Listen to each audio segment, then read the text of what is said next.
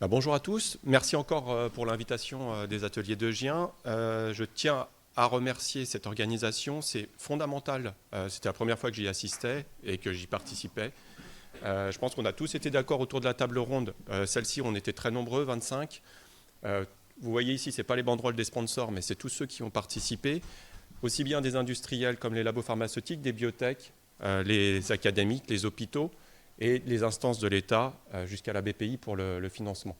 Donc, un sujet fondamental, comme il a été dit, des organoïdes, organes surplus, complexes in vitro modèles, des mots un peu barbares, mais derrière, une rupture technologique essentielle qui va toucher l'ensemble des domaines de la santé. Alors, une rupture technologique, encore une, après l'IA, les ordinateurs quantiques. Bon, pour le coup, celle-ci, elle est avérée, vous avez des papiers, elle est déjà utilisée et elle est déjà en marche. Et c'est extrêmement important pour l'ensemble des gens qui ne connaissent pas cette technologie de bien comprendre que les enjeux stratégiques vont être fondamentaux. Il y aura ceux qui l'ont et ceux qui ne l'ont pas. Un petit peu comme pour les masques fut un temps. Et donc là, vu que ça touche l'ensemble des domaines de la santé, l'impact, il est aussi bien industriel que civil. D'où l'importance de faire cette table ronde et de mettre autour de la table 25 personnes. Donc tout d'abord, qu'est-ce que c'est que ça? Donc je laisse Alex. Bonjour à tous. Tout d'abord, la première point qui a été soulevé lors de cette table ronde était le cadre de la table ronde, et à savoir la terminologie de qu'est-ce qu'un organoïde. Alors si on s'en réfère à la terminologie et au suffixe grec organe et oïde, se donne ce qui ressemble à un organe, et donc souvent dans le grand public on définit comme un mini-organe, un mini-intestin, un mini-cerveau.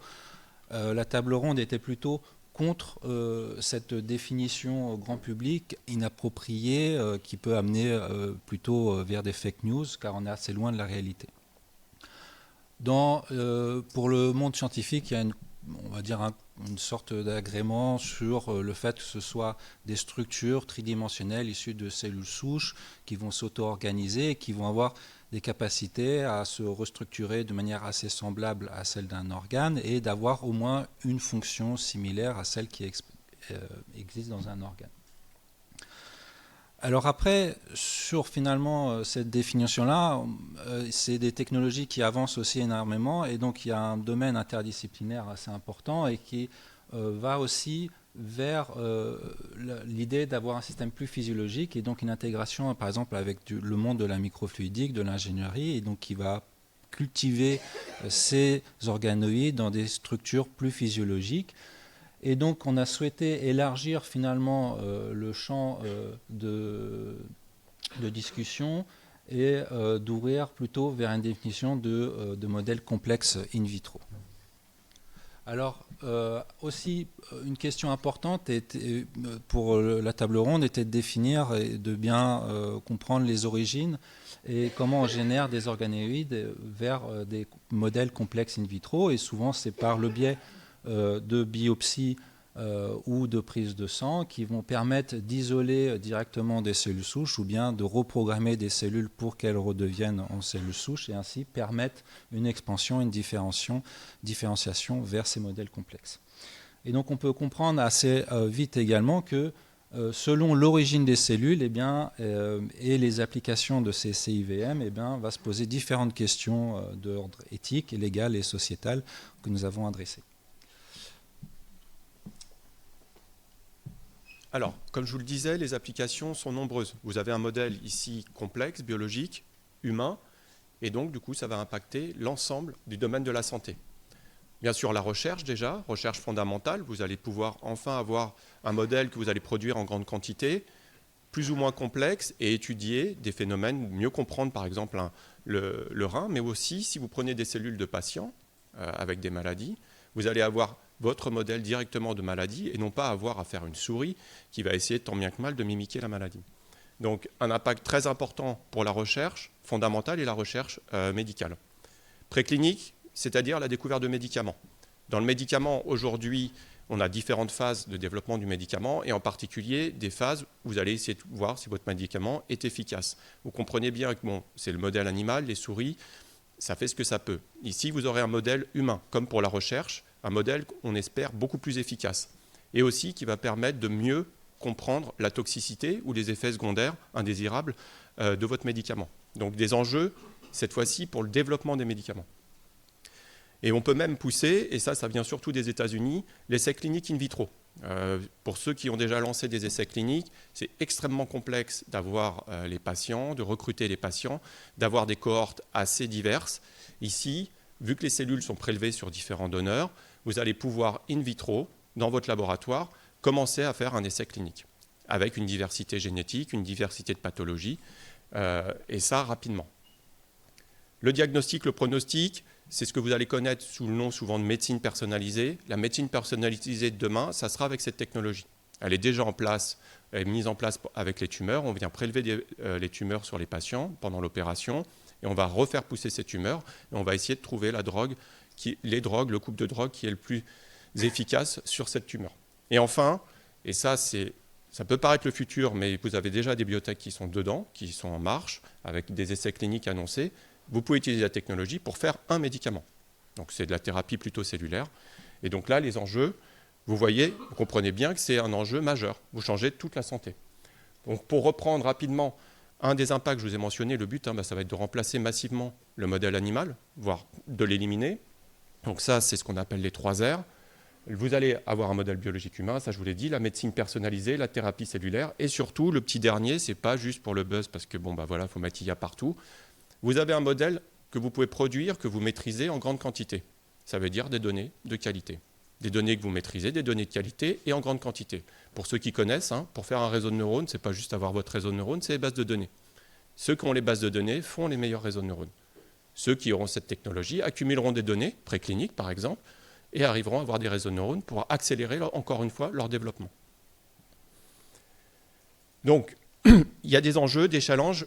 Ça touche l'ensemble des domaines de la santé, comme je vous l'ai dit. Et donc, il faut structurer, il faut avoir une stratégie dans ce domaine-là. Et c'est pour ça qu'on était 25 autour de cette table, c'était pour préparer ça. Il va y avoir, bien sûr, la validation. Ici, on n'est pas en train de faire des téléphones, on va principalement préparer des médicaments ou faire des médicaments. On ne fait pas n'importe quoi, et heureusement, il y a les agences du médicament. Il va falloir démontrer que la technologie, elle marche. Bon, bien sûr, le nerf de la guerre, ça, vous le savez tous, c'est le financement, mais aussi la structuration.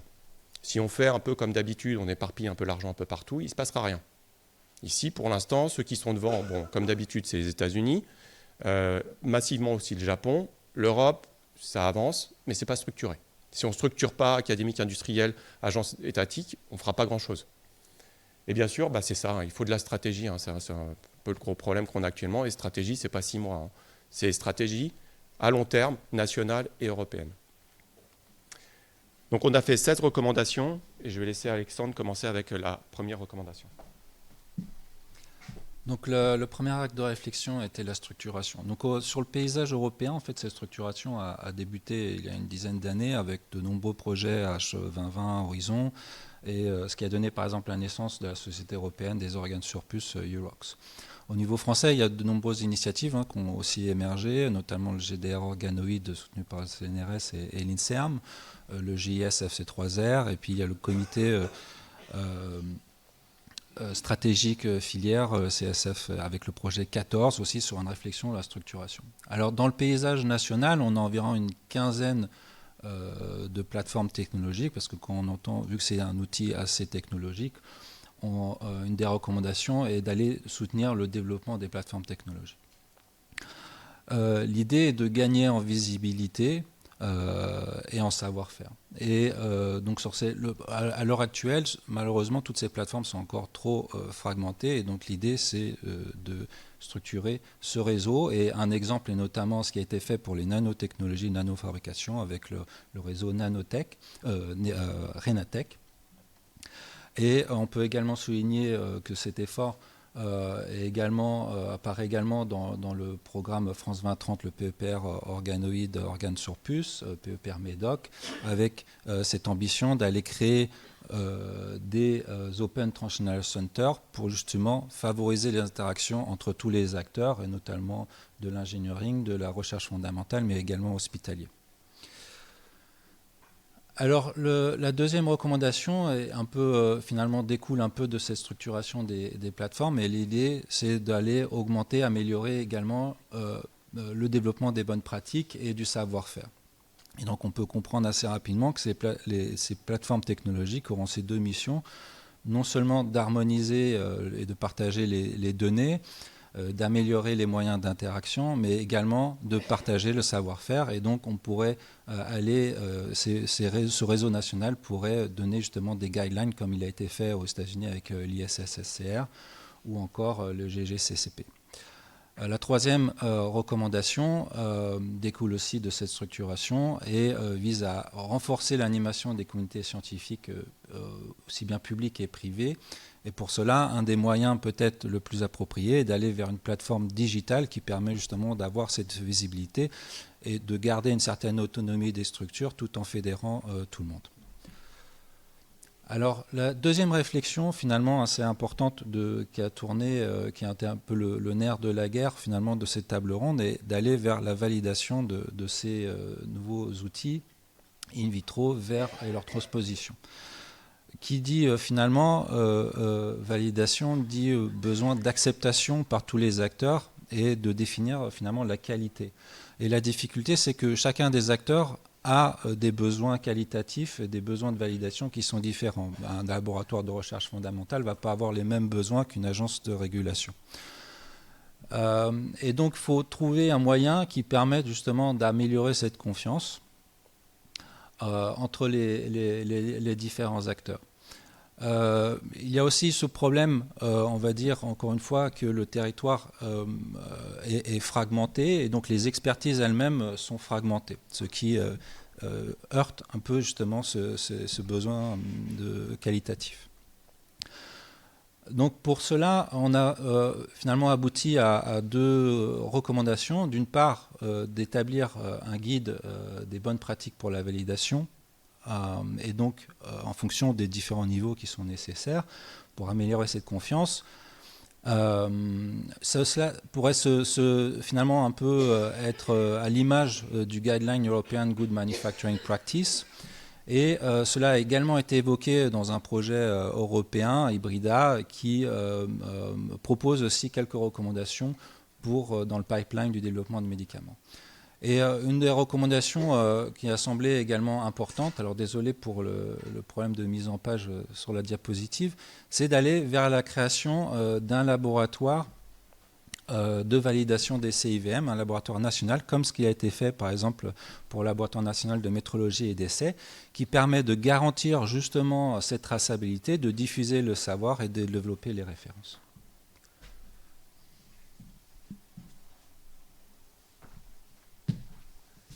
Donc un point qui est important, que je vous ai dit tout à l'heure, c'est la validation. Le but, on est dans le domaine de la santé, il faut montrer patte blanche et c'est normal. Donc un point, vous savez à peu près le temps de développement d'un médicament, 12-15 ans. Donc si vous avez une technologie qui est basée sur les CIVM, vous faites un petit changement. S'il faut attendre 15 ans pour le valider, je vous laisse deviner, à chaque fois que vous avez un organoïde de rein ou de foie, ça va prendre un siècle. Et puis les Américains ne vous attendront pas, donc ne vous inquiétez pas. Donc le point important, il n'y a pas de souci. Pourquoi on peut aller vite ? Parce que ça fait plus de 50 ans qu'il y a des labos pharmaceutiques qui accumulent des données, que des labos académiques aussi accumulent des données. Et donc qu'est-ce qu'on peut faire ? C'est tout simplement se mettre d'accord, de partager l'ensemble de ces données pour justement valider nos modèles.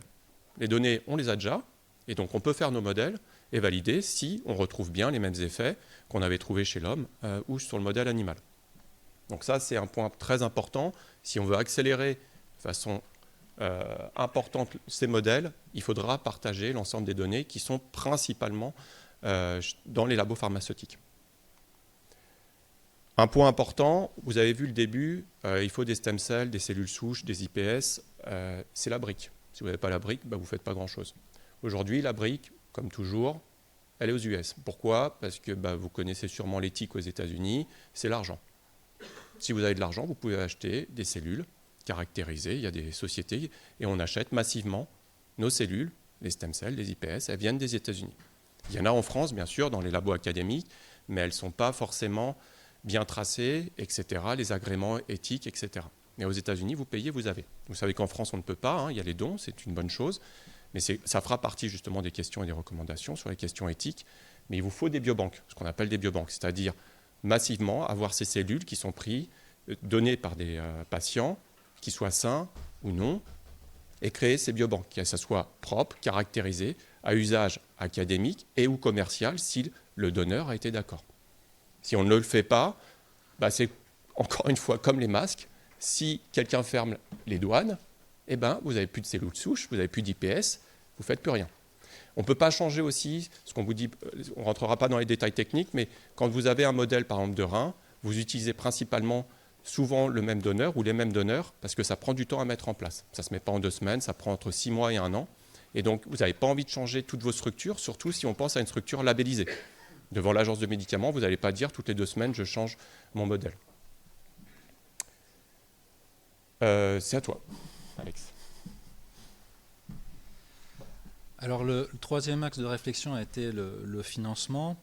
Alors en bénéficiant en France, finalement, quand on regarde un peu la carte, d'avoir un écosystème assez dense et leader sur même certaines technologies. On a de nombreuses biotech, notamment pour en citer quelques-unes, Netri ou bien Ocomera, mais également dans le domaine de la microfluidique, des leaders sur le marché tels que Fluigent. Et ça, c'est notamment grâce à un soutien assez important de BPI France, qui a investi plus de 14 millions juste pour la précédente année.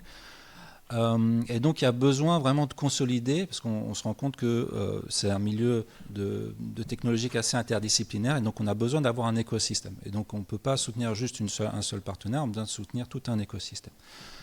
Et il y a vraiment des liens très étroits entre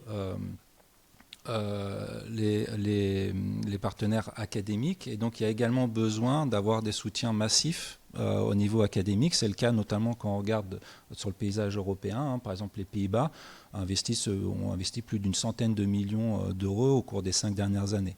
Alors en France, on bénéficie de France 2030 qui a été accepté avec le PEPR MEDOC, et donc on s'inscrit dans cette initiative.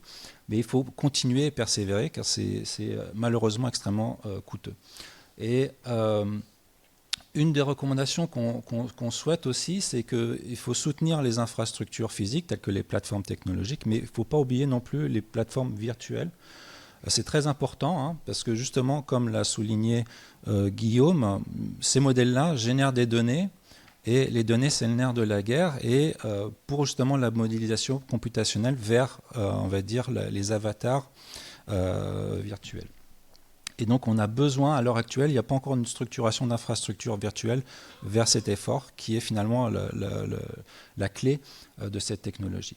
Et puis notre recommandation est de renforcer, comme je le disais, la stimulation à l'innovation, avec ne pas hésiter à aller vers ces projets à haut risque, à haut gain, et peut-être d'aller s'orienter vers ce qui a été fait au niveau européen avec l'European Innovation Council, l'EIC, qui soutient des projets massifs qui peuvent être soit ouverts pour justement libérer l'innovation, ou bien guidés,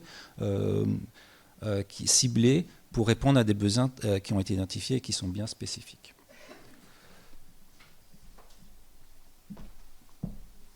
Comme je l'ai dit précédemment, la chose qui est importante, ça va être de travailler ensemble. Les industriels, les académiques et les agences étatiques. Et en particulier, ça je pense que vous le savez tous, souvent les entreprises privées sont un peu récalcitrantes à aller tout seuls dans la recherche.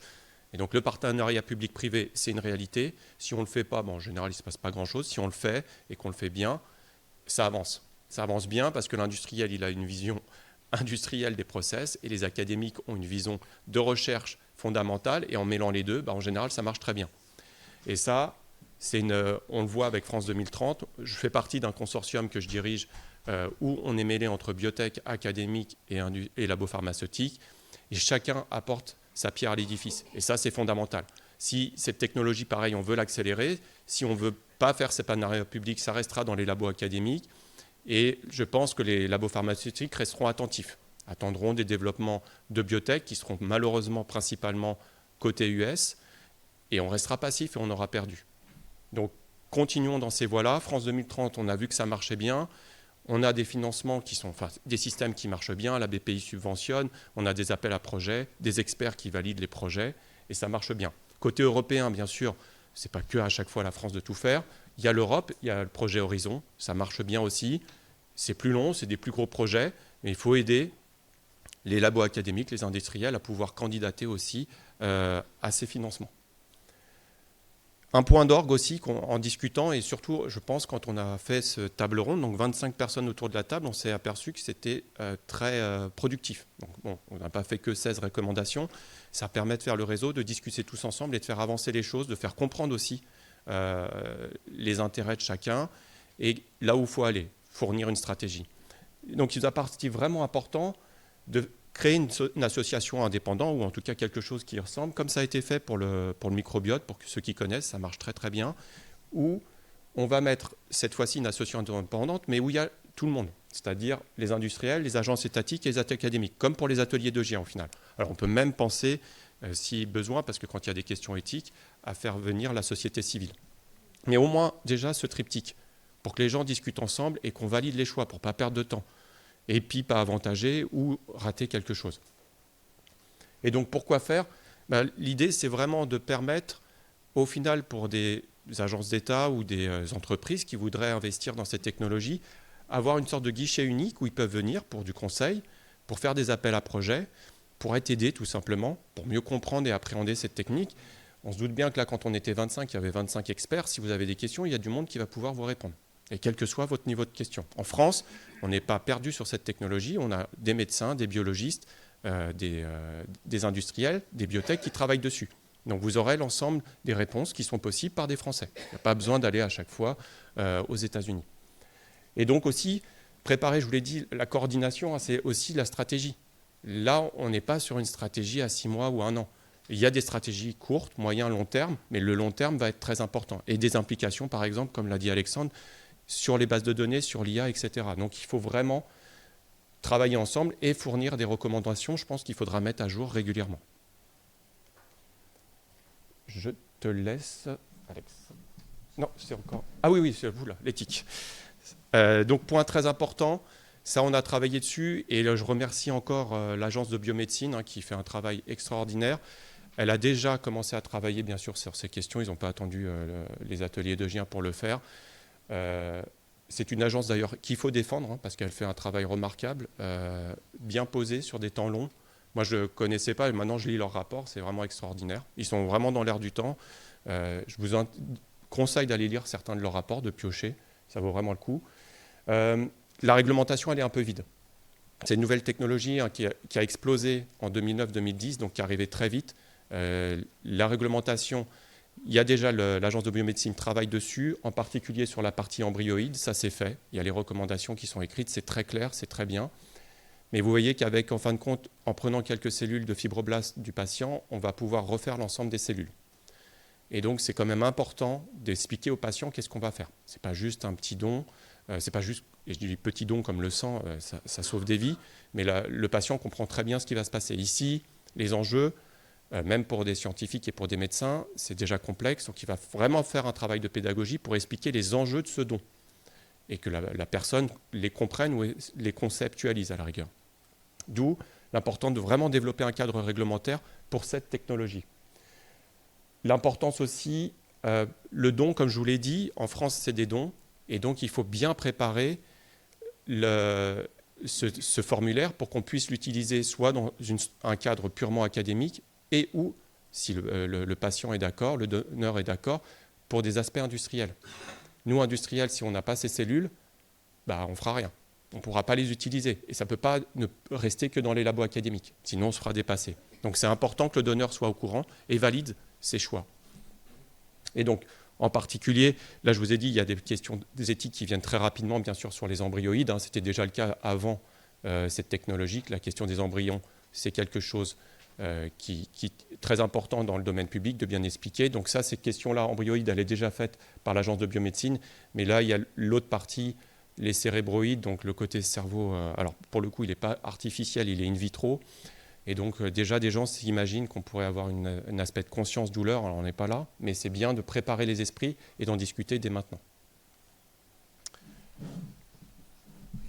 Donc finalement, le dernier axe de réflexion et les 2 dernières recommandations, il nous reste 40 secondes, viser la formation et la communication et qui fait donc écho à l'introduction, à savoir renforcer la formation transverse pour la recherche interdisciplinaire et donc de soutenir tous ces moyens, notamment par exemple pour l'action du CNRS MITI, Mais également, on voit que c'est des approches qui nécessitent de l'ingénierie et donc de ne pas oublier de favoriser l'ingénierie. On est un pays avec quand même des très très grandes écoles, on est très doué dans l'ingénierie. Hein. Rien que moi je viens de Lille, on a quand même Centrale, le CNAM et puis l'UTC. Mais on ne soutient pas assez finalement l'émergence de chercheurs ingénieurs et donc de proposer peut-être à l'image des chaires d'excellence universitaires, des chaires d'excellence pour l'ingénierie. Et puis la recommandation 16 vise à renforcer la communication du grand public avec notamment les termes à éviter tels que les mini-organes, etc. Et de ne pas donner de faux espoirs. Voilà. Donc je vais terminer en remerciant tous les membres qui ont participé à cette table. Je ne vais pas tous les citer, mais on était 25 et c'était une expérience très agréable. Et donc je remercie évidemment les ateliers de Gien et tous les participants et puis vous pour votre attention. Merci beaucoup.